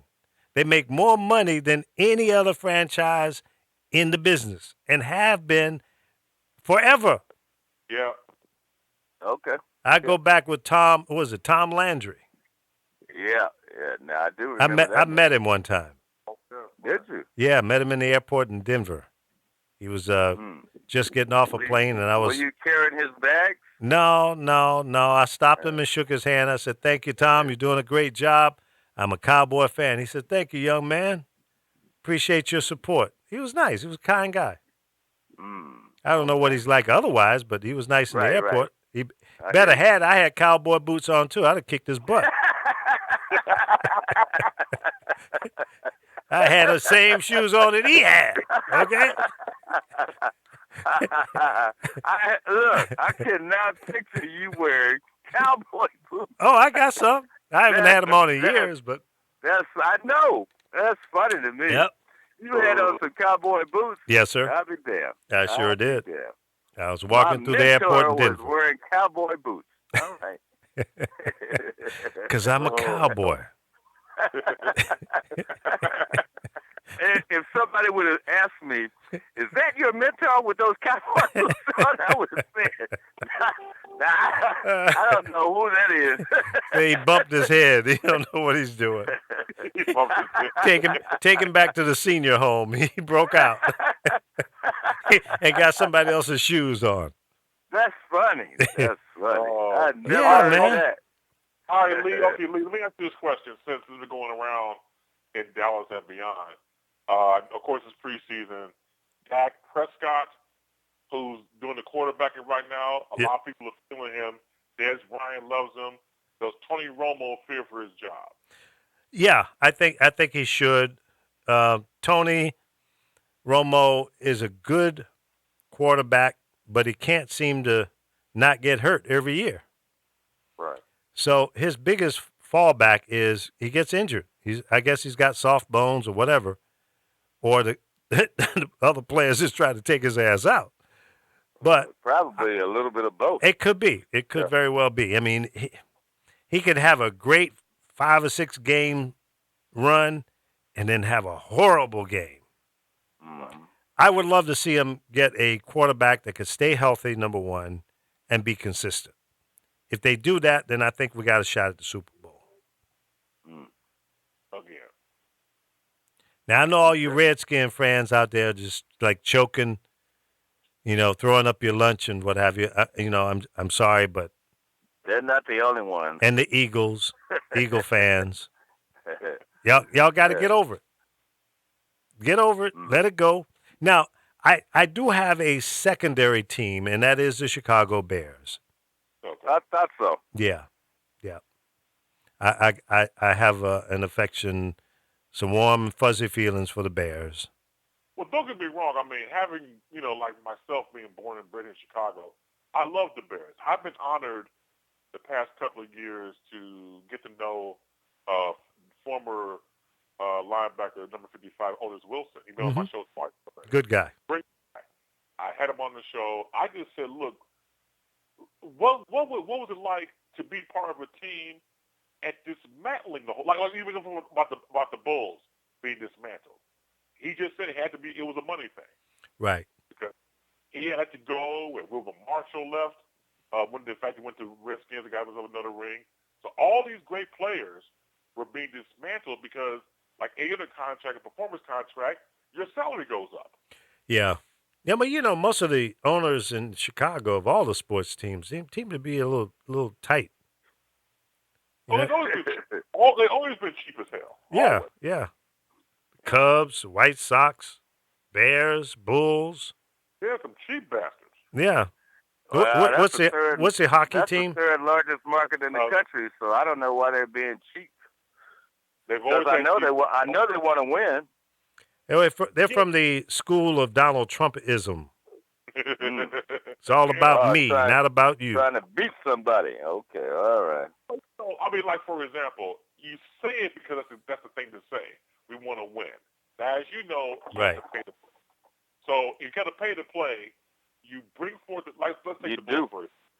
When you have a Jordan-led team in that first championship run, and then with the second one, and the third one, and then you step down and play baseball that year, He comes back and does 3 more.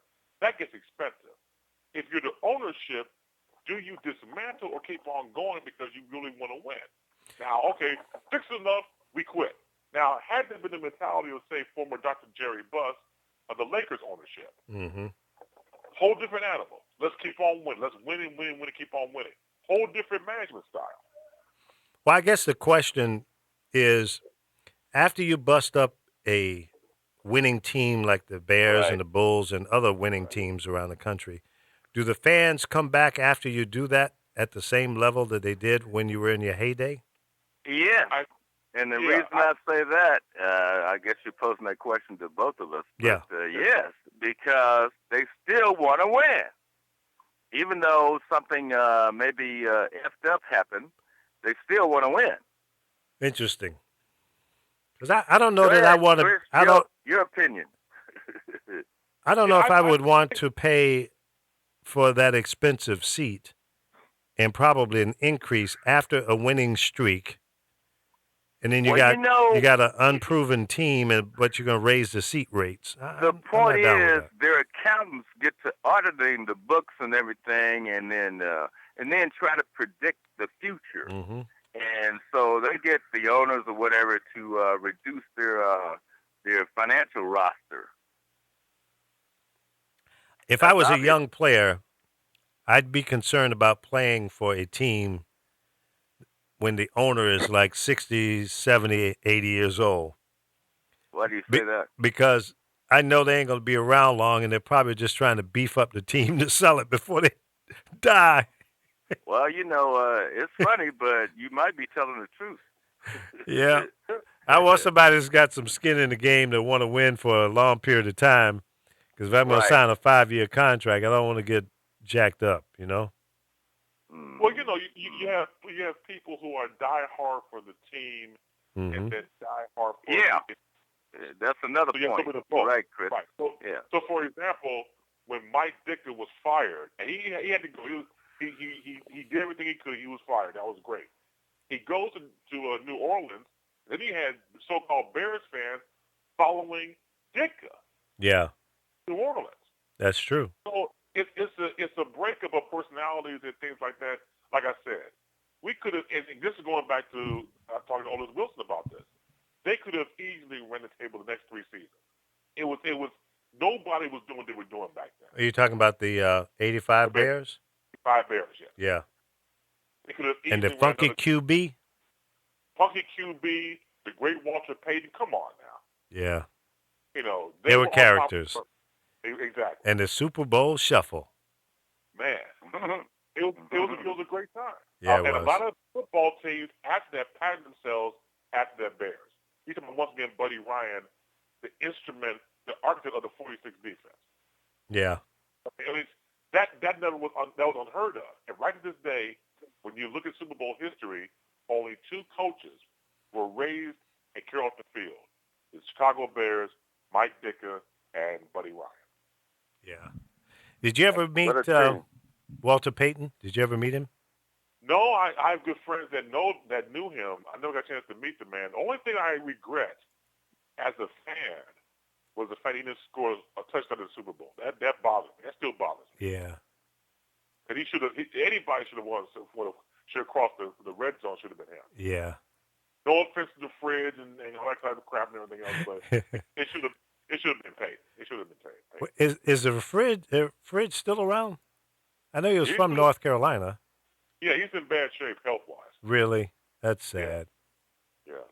He was a cool guy. I got a chance to meet Walter several times. He used to come by WGCI and hang out, and we used to go up to his club up in what was that? North, up by the airport, Rosemont, up in that area. Okay. He had a nightclub up there. We used to go hang out up there. You mean you didn't know that, Chris? Look, dude. I wasn't hanging out there because I didn't want to get too drunk and somebody have their way with me if I get back home. So I just he was too. Well, guess what? Lee did. He was too young to go to the bar. Right. Okay. I hear you. Yeah, he was not of age. so he couldn't go with you. I hear you. No, Okay. no. He was at home. He was still pulling on Mama's Man. apron strings. Ain't that something? You know, 'cause we talk about stuff that has happened, and you know, and I have to tell my wife and anybody else I encounter that is open to receiving my knowledge that you can't do anything about yesterday. I can't do shit about what happened last hour. You hear me? It's written in the history books. Whatever I did, it's done. That's true. That's why I have to pay attention to what I'm doing now, because it's going to be as it is written. Yeah, that's true. And for those who've just tuned in, you're listening to the Lee Michaels Show on the PowerOfVoices.com network. We have on the phone Barry Pope, who is sitting in the Walmart parking lot somewhere out in the Inland Empire. Damn, Lee, you didn't have to say all that shit, man. Well, I wasn't finished. Let me finish. It might be some IRS agents. He's sitting in the parking lot at Walmart, hijacking the Wi-Fi. And then we have. No, I'm welcome to it. Well, okay, but okay, but see, you're sitting there in the car with those tinted windows. You're looking kind of like suspect, so you better be careful. But here's the deal: it's okay to use people. Don't abuse people. Well, okay, that's true. I want to be useful. Okay, so all right. Yeah, I'm utilizing Walmart. Of course I am. And we're also. And I don't feel bad about it. It's okay. I'm not going to abuse Walmart, but I'm going to use the shit out of them. And also on the phone. Shit out of me. Will you be quiet for a second? Let me finish my reset, man. Come on. Damn. He's trying to get to a break, Chris. Go ahead, man. No, and then Chris Bass, who is a talk show host based out of Chicago on the Urban Broadcast Media Network.com? What is it? UrbanBroadcastMedia.com. Yeah, UrbanBroadcastMedia.com. That's right. And he's on from 4 to 6 Midwest time, right? Correct. Chicago time. Yeah. So check him out. Now, Barry broadcasts live from the parking lot at Walmart every day about this time. He calls in and hijacks the Lee Michaels Show. But it's okay because these are all my buddies. I can't get rid of them if I wanted to. Oh, no. We're just showing some love and we support you. I appreciate that. Yeah. Well, hit the damn share button, okay? Just do me that favor. Share the broadcast. I do all the time. You're on it, so you got to share it so people can hear you, right? I do it all the time on YouTube. And your check is in the mail. Yeah. Now, what color is your shirt today? It's a blue striped, ugly ass shirt. Yeah. Then I got it. Okay, Yeah. cool. Well, you couldn't tell it was me? You had to go buy his shirt? No. What are you trying to say? No, what I'm trying to say is, I went to YouTube, and then, I got the feed, and then the feed dropped. Ah. So I went to. You need to go ahead and talk to the manager at Walmart. Tell him to beef up that Wi-Fi. I shall. It will be done as it is written.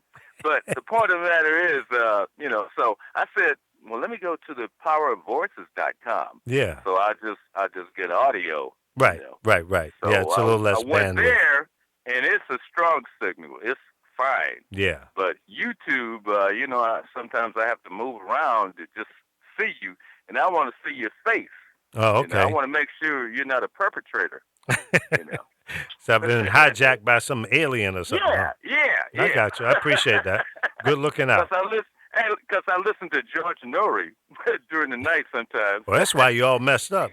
You out there in conspiracy land. Well, see, after you listen to him all night, what you need to do is to take a nap and then call me. Then call me at 10. 3 hours. You can't go nonstop and go from George Norrie to the Lee Michaels Show. That ain't going to work. That's oil and water. Well, I'm just telling you the truth. He's got a huge audience. Yeah, I know. Yeah.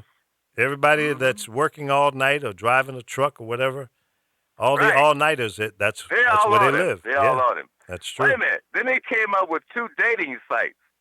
No. paranormal.com and paranormaldating.com. Get out of here. Yeah, yeah. And I can't be mad at that, because he's like taking advantage of what he has going on. Milk it. So, yeah. But that's why I mentioned it's okay to use people. In fact, I want you to use me. I'm useful. I don't want to be abused, but I do want to be useful. That's all I'm saying. Okay, That's all I'm saying. I understand that. That makes sense. Yeah, so appreciate that's why that. I am mad at George Norrie, because he has dating sites as well. Now that brings up a question. Would you ever use a one of these dating meetup sites if you were single?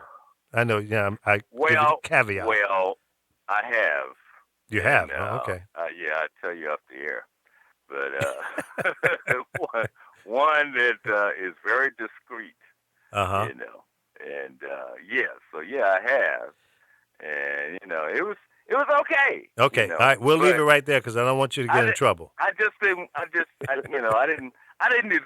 was just exploring. You were just checking it out, huh? Yeah.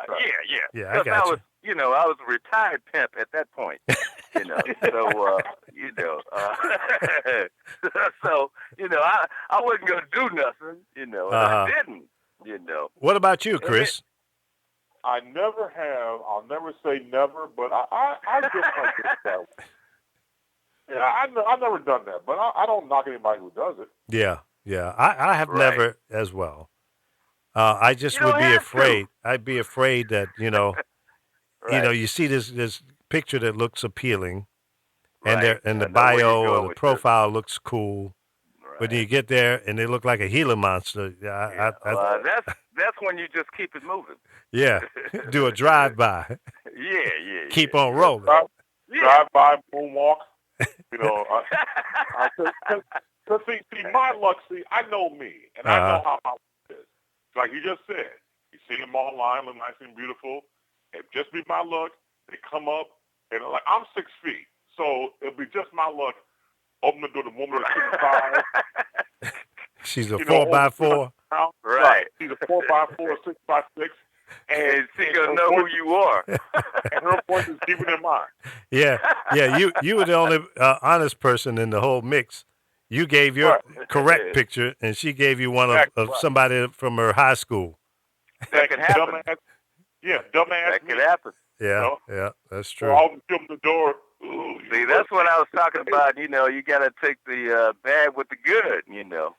Well, social media is good. Internet is good, and believe me, the internet as well as social media, in my opinion, outnumbers the bad things. But there are going to be some bad things. That's right. Yeah, I've always believed that if you go to a dating site and you're looking to meet someone, something must be wrong with you. I don't agree with that. Yeah. Because we had that option. Well, yeah, now, but I mean, some people. I would agree with that if before social media and the internet, I would agree with you. Uh-huh. But if we got that option, why not explore that too? If you're looking to date someone. Now, me and you or Chris might not do it, but I can understand if somebody else chooses to do it. Well, yeah, but I guarantee you there's a flaw in the personality somewhere. They're too picky. They're unrealistic. Yeah. I hear you. Basically, what you're saying, if you're going to go buy a car, you want to see the motherfucker. Excuse me. You want to see the car. No, but and I hear you. I'm basing that on some people that I know who have signed up on several dating sites simultaneously. Well, they go out on dates. They're lucky they didn't get killed.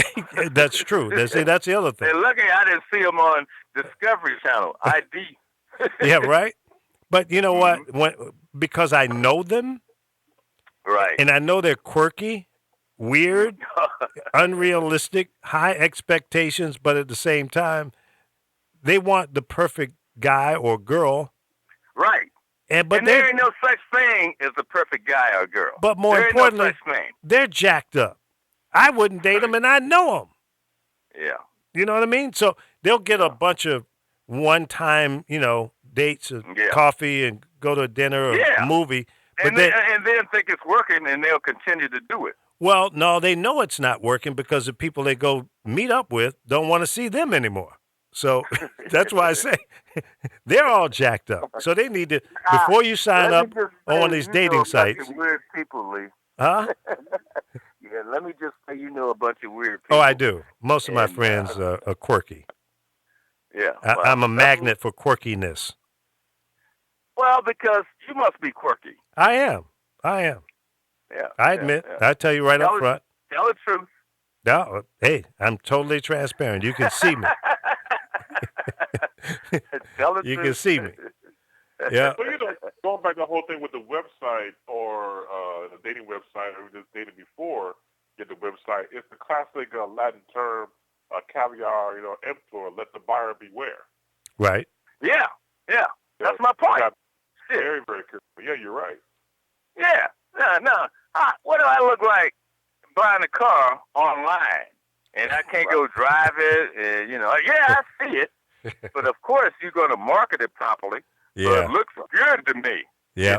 Yeah. And then I go buy it online without driving it. That's stupid. Well, yeah, that is true, and I think there are a lot of people though that are buying cars and stuff like that online.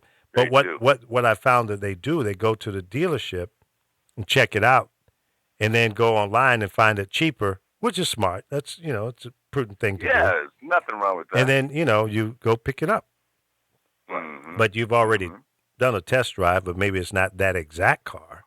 Well, it's a different story if I order a new SL 550 online and it's brand new. Right. When I get there, it better be brand new. Of course. But otherwise, absolutely. but if you're buying a pre-owned car or whatever, you need to go there and drive it and see it. Well, that's true. You should. Yeah. Got to do your due diligence. Right. So how does that equate to dating, though? So you want to? Well, I was about to go there. Had you not rudely interrupted me. I'm sorry. You should be sorry. But the point of the matter is, that's what she said last night. You sorry son of a gun. Now, if you want to date somebody, you're taking a major risk. And that's okay if you're willing to go through it. And meet me at Starbucks. I have on a white golfing shirt. Right. And you really don't. Right. You got a blue shirt on. You're sitting over in the corner. Hey, tell me what you're wearing. Exactly. No, do a selfie right now and send it to me. Right. That's how you do that one. Yeah. I hear you. So, we as intelligent beings should do things the right way, but obviously we're above average, but the average person doesn't do that. They don't do their own due diligence. They just trust. Do you think it's because they're desperate for companionship and they just, Yes. Yeah. Yes. See, I can't get with that. I'll go home and go to sleep. Well, that's because you ain't desperate. Oh. You might go down. Maybe you're right. One of the women of the profession, and you can do that too. No. See, I don't even have the heart to do that. I think I'd rather just be alone. I have the heart and the hard to do that. But boom, boom. Bam. Who is it? Shecky Green on the phone? King of the one-liners? No, but I don't do it anymore, because I'm older, and I ain't got time for that, Yeah, well, if I never get another ounce of sex, it wouldn't bother me because I've had that much, So that doesn't bother me, I'm more interested in being successful and getting to heaven. Now, okay, I'm going to ask you a question. I know where Chris has been most of his life, and that's Chicago. But now you've moved around. You're originally from, St. Louis, right? Right. And you've lived in the Bay Area. Now you're down, and this is your second or third time in the L.A. area? No, yeah, second now. Since, Second time. You hired me. Okay. You hired me And down here. where else have you lived? Well, St. Louis, Kansas City, Memphis, Little Rock, New Orleans, Baton Rouge, Atlanta, Pittsburgh, Philadelphia. And Damn LA. gypsy. Well, yeah. Okay, so in all the places that you've lived in, Barry, where was the best city for dating? San Francisco Bay Area. I knew you were going to say that, and I concur. When I went there in 1975, I was single. And then during that time, I think the ratio male to female 9 to 1. That's right. That is right. 9 to 1. That is what they you know told why? Because there are a lot of gay people in the Bay, or gay men in the Bay Area. Yeah. And the ones that ain't gay are in jail. So I had a wide open field. I don't know about you, Barry, but my dating calendar was so packed. Great. Well, let me put it to you this way. Go ahead. I need to share this with you. Go ahead. The ratio was 9 to 1, Mm-hmm. but there were a couple of guys a little short because I was over the 9.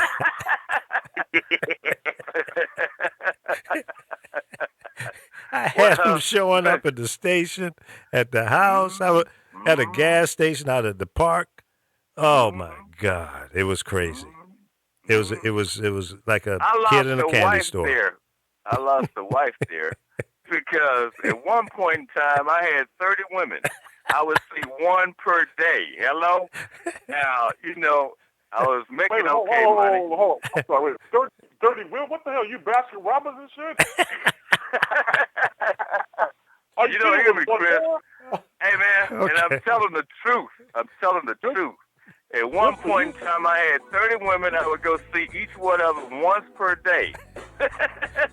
Well, you were doing all right. I had them showing up 2 at a time. But look, I gotta get out of here. That only lasted for 30 days, man. I couldn't continue that, man. Yeah. That was madness. I saw you in the emergency room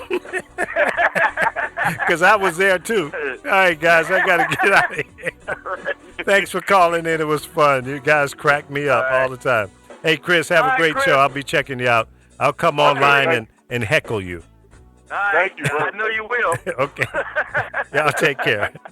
All right, that's end of the Lee Michaels Show for another day. Thank you for joining us, and don't forget to hit that share button. Let everybody know about the Lee Michaels Show. Thank you very much. Be safe, be kind, and register to vote. All right? Have a wonderful day. Bye-bye.